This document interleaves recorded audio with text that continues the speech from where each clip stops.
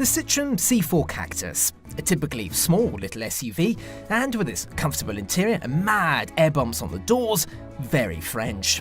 But that's the old C4 Cactus, because there's a new one. There's a new corporate grille, larger, smarter rear lights, and those slabs of dairy milk on the doors have been cut down to size. The dreadfully dull C4 hatchback has died, so the Cactus is now Citroen's VW Golf rival, so wackiness just won't do. But the styling isn't the big news with the new C4 Cactus. It is, well, it's under the body. It's something you can't see, but it's something you can very much feel. It's got a brand new type of suspension system.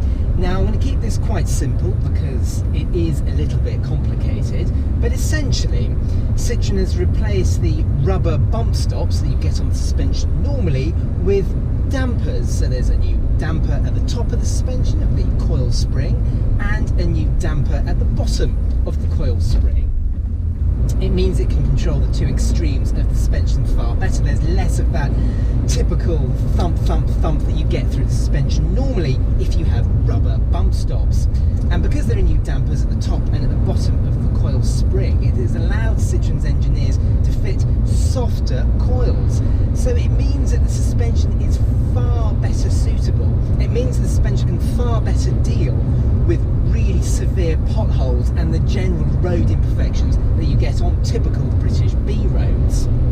Now, the reason for doing this is Citroen is trying to return back to one of its USPs. Now, way back in the mid-1950s, Citroen created something called the DS. I'm sure it's a car you're very familiar with its hydro-pneumatic suspension and soft, springy seats. The DS was in a unique class. There was no other car that rode quite like it. Citroen's new progressive hydraulic cushions suspension is not quite the return to the days of the DS's clever hydro-pneumatic system. But Citroen thinks it is a USP it can claim in the hatchback class. But that's the claim. Is it any good? And do you want to know something?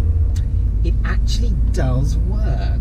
Now, we're driving around this pretty little Provence village and there are some really big potholes, big speed humps, ripples in the road, the type of usual street furniture that you get. And this car deals with it so well. Look, there's a speed hump coming up now, and here we go. I can barely feel it. Honestly, it is a revelation. You can feel the wheels are in contact with the road, but the body seems to rise above it. It feels, and I don't want to say this, but it does feel a bit like a magic carpet. Now, it's not totally flawless, I can promise you, but really on a car that cost around £20,000, would you expect it to be faultless? I can tell you, it's not faultless in a Rolls-Royce Phantom, that's for sure. But it rides a good deal better than the old C4 Cactus and a damn sight better than a lot of cars in the small SUV class. Is this the class leader for ride comfort? It could well be. So the suspension works. Well done, Citroen, top of the class. But that's not the only thing Citroen has changed on the new C4 Cactus.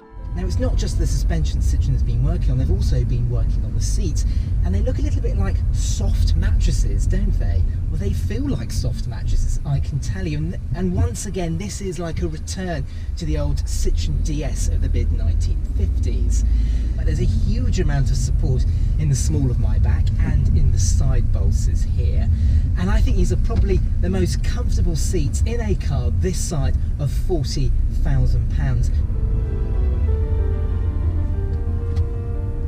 Citroen has also added a new engine to the C4 Cactus. Now, it's an engine that's been around in various Peugeot, Citroens and DS's in the past. It's a 1.2 litre PureTech engine with 128 brake horsepower, 3 cylinders and a tiny little turbocharger, but it hasn't been seen in the C4 Cactus until now. And just like it is in the Peugeot 308, the engine delivers a good amount of poke low down in the rev range, and it feels as fast as the 8.2 second 0 to 62 miles an hour sprint time. But the pick of the engines is the lower powered 108 bhp version, and if you really want a diesel, there's a 1.6. Until May, there's a naturally aspirated 1.2, but avoid it, as it's not only breathless, but it also does without the new suspension. Elsewhere, it's business as usual. Now, Citroen hasn't decided to change the interior at all, which is a good thing and a bad thing. The bad, well, the soft touch plastics up here feel very good, but elsewhere it's just a collection of scratchy plastics. Across the top of the doors, for example, it just feels very cheap.